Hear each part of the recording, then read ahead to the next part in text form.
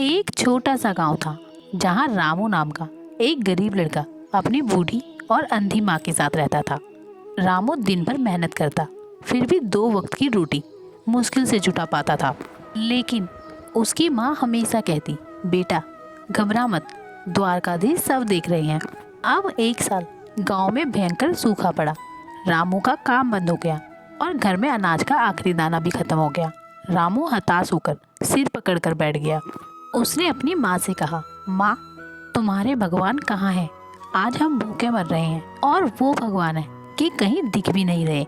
माँ ने मुस्कुराते हुए अपनी माला उठाई और कहा, वो यही है, तू बस सच्चे मन से उन्हें पुकार कर तो देख। रामू ने गुस्से और बेबसी में चिल्लाकर कहा, हे कृष्ण, अगर आप सच में हैं तो मेरी माँ को भूखा मत सोने देना। तभी अचानक से घर के बाहर एक बैलगाड़ी रुकी।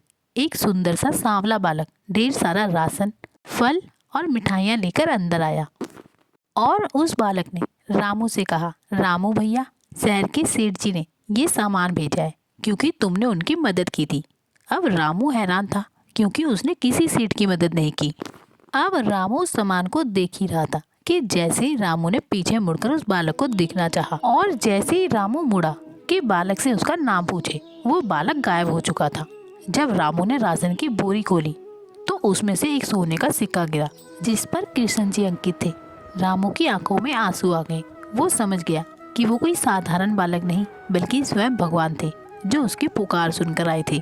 और अब उसे समझ आ गया कि भगवान देर कर सकते हैं पर अंधेर नहीं। जब कभी भी इंसान के सारे रास्ते बंद हो जाते हैं तब एक ही दरवाजा है जो कि उनके लिए खुला रहता है, वो है ईश्वर का रास्ता।